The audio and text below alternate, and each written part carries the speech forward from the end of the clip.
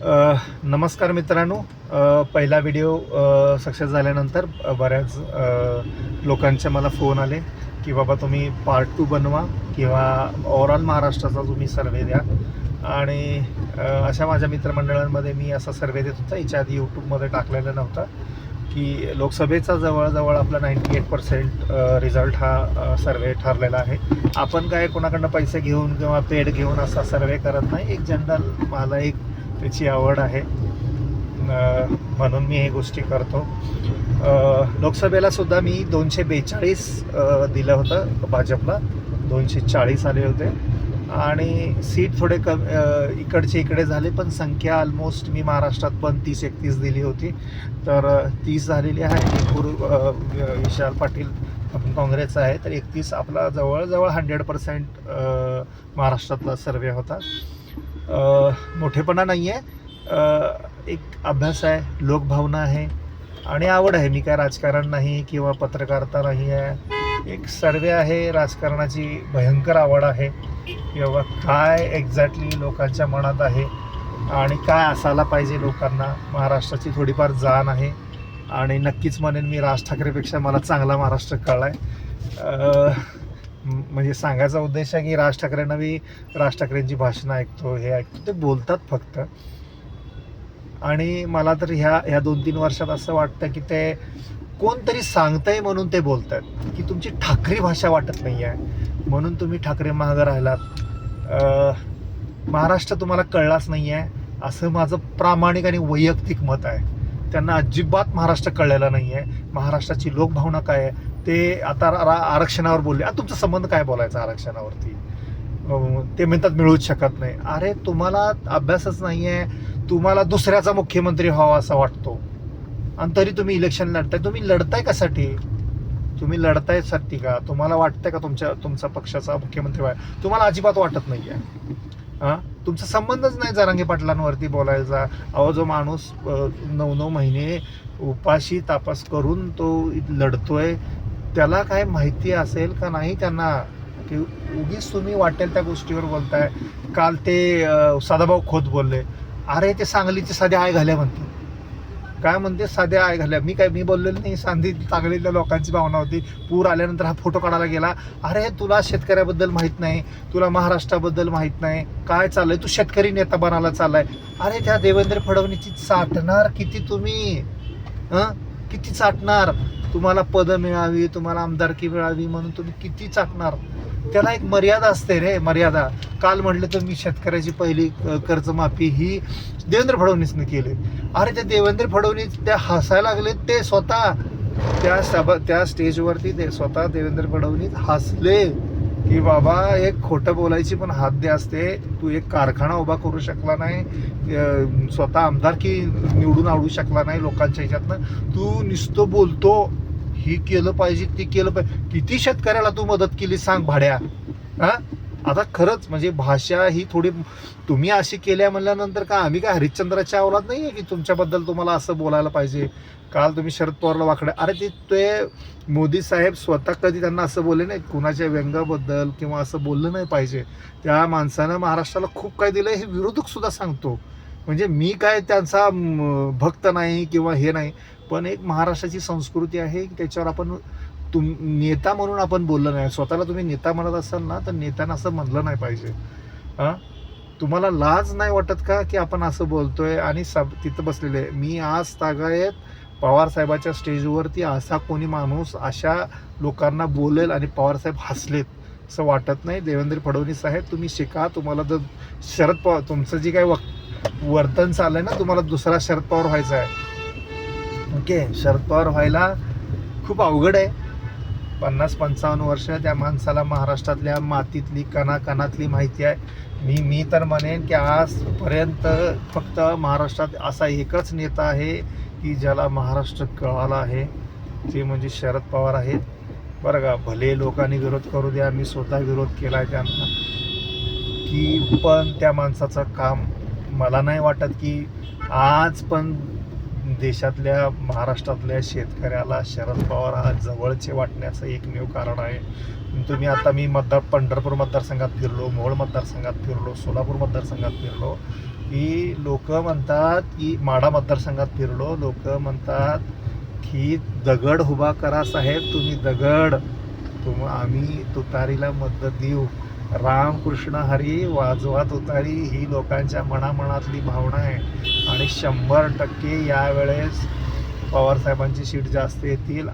लोकसभेला तर त्यांनी तो चमत्कार दाखवलेला आहे. आणि दुसरा गोष्ट की लोकांची जी भावना होती की सेकंड पार्ट बनवा तुम्ही बारामतीवरती.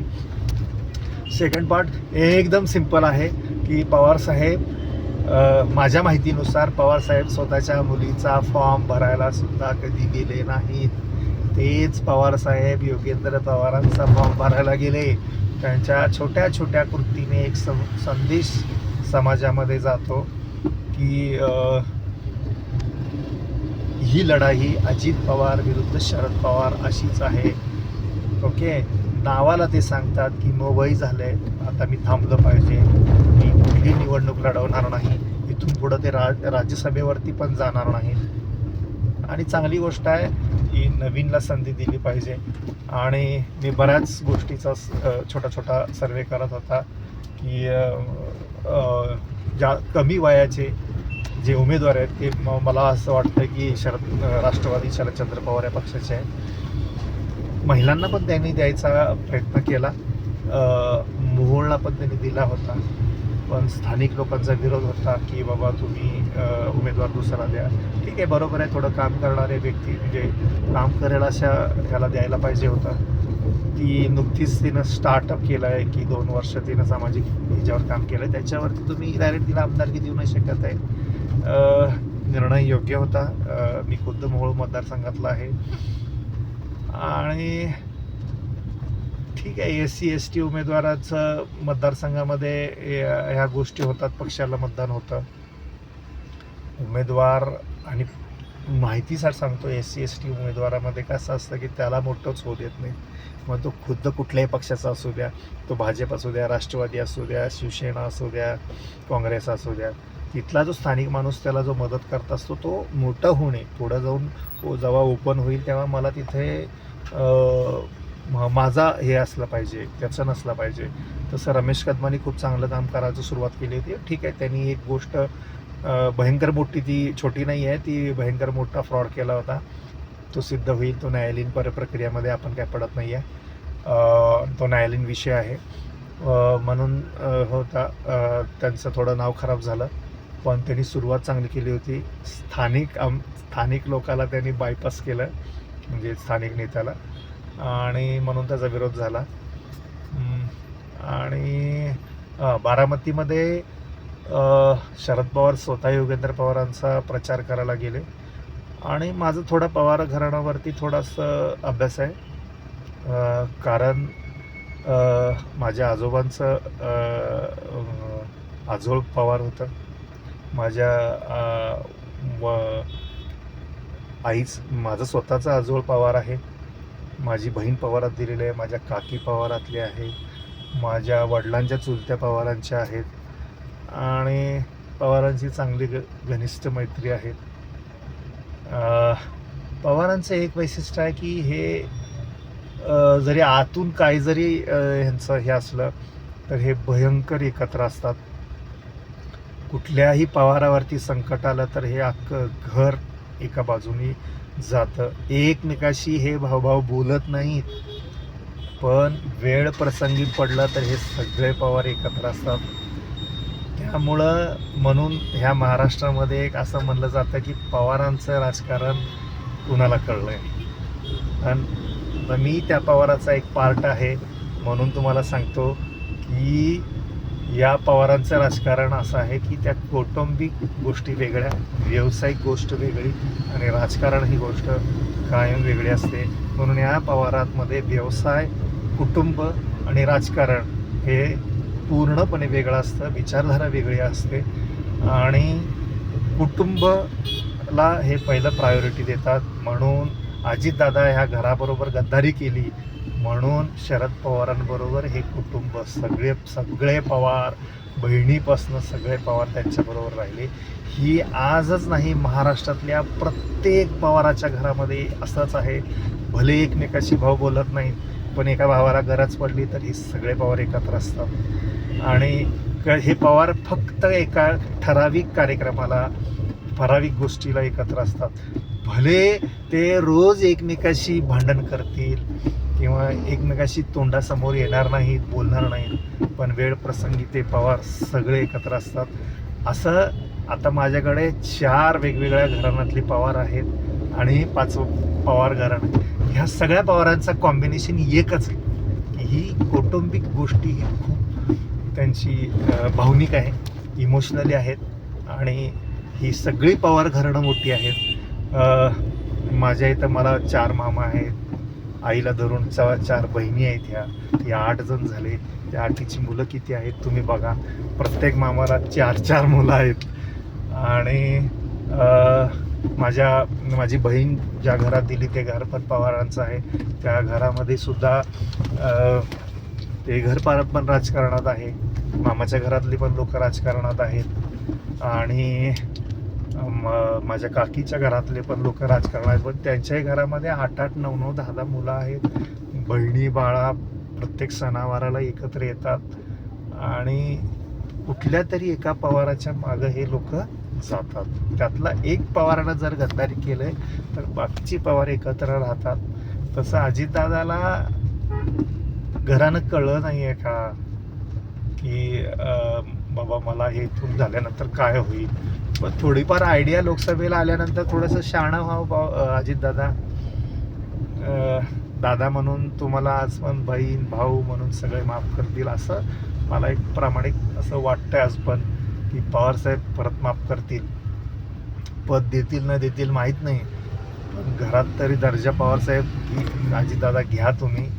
हे पद राजकारण हे 5 वर्षासाठी असते. स्वतःचं अस्तित्व स्वतःचं हे घालवू नका. दुसरी गोष्ट अजून एक माहिती आहे की अजितदादाचे जे सुपुत्र आहे, म्हणजे आता त्यांचे सुपुत्रांचा मुलगा उभारलेला आहे, योगेंद्र पवारांचे वडील आहे आणि अजितदादांचं ही घनिष्ठ मैत्री आहे. म्हणजे सख्खे भाऊ आहेत पण घनिष्ठ मैत्री आहे आणि हे दोघं एकमेकाचा शब्द मोडत नाहीत. काय हे दोघं एकमेकाचा शब्द मोडत नाहीत. पण यावेळेस नेमकं असं काय झालं की श्रीनिवास पवारांनी अजितदादांच्या विरोधात पुतण्या दिला. काय काकांचं वडीलधाऱ्यांचं ऐकलंही असेल, पण अजितदादाने आत्तापर्यंत पाटेचा शपथविधी केला, राजीनामा दिला. 11,000 कोटीचा आरोप झाल्यानंतर राजीनामा दिला. अजितदादांचं पण ऐकलं, सरकारचा पाठिंबा घेतला. 2014ला सरकार परत पडून राष्ट्रपती राजवट लागली होती थोड्या दिवसासाठी आणि अजितदादांनी मोठ्या भावाचं ऐकलं, घेऊन आले अजितदादा त्यावेळेस त्यांना. आणि मला आज पण असं वाटतं की ते पवार घराणं भयंकर एकत्र आहे. अजितदादा एकटे आहेत. त्यात कारण एकच आहे, अजितदादा चुकलेत. त्यामुळं लोकसभेला असं मला वाटतं की अजितदादाने जरी आईला मतदानाला नेलं असेल तर आईने सुद्धा सुप्रियालाच मतदान केलं. ते पवार घराणं आहे मित्रांनो, ते भयंकर युनिटी आहे त्यांच्यामध्ये, त्या आडनावामध्ये भयंकर युनिटी आहे. आणि त्यांचं मूळ म्हणजे त्यानंतर काही लोक पवारातले निंबाळकर झाले, ते निंबाळकर घराणं म्हणून साताऱ्याचं जे पलटणचं जे निंबाळकर घराणं आहे ते सगळ्या राजघराण्याला जोडून आहे. ते पण मूळचे पवारच. म्हणून पवार आणि निंबाळकर हे खूप एकत्र आहेत. म्हणून फलटणच्या रामराजांना महत्त्व आहे. पण अजितदादा प्लीज सुधरा, ह्या व्याचाळकरांबरोबर जाऊ नका. आणि भाजपचं सगळं उघड पडलं आहे, त्यांचं हिंदुत्व उघड पडलेलं आहे. त्यांचं असं सडकं हिंदुत्व आहे आणि हिंदुत्व नावाखाली हे त्याचा अर्थ खराब करतायत. प्लीज अजितदादा तुम्ही ह्या गोष्टीत पडू नका. काम करणार माणूस आहे तुम्ही, या महाराष्ट्राला काम करणारा माणूस पाहिजे. पवारांच्या नेतृत्वाखाली तुम्ही काम करा. ओके, तरच तुम्ही यावेळेस तुमचं भयंकर अवघड गोष्ट आहे. प्लीज कृपा करून तुम्ही या गोष्टीत पडू नका, असं माझं वैयक्तिक मत आहे. आणि धन्यवाद मित्रांनो.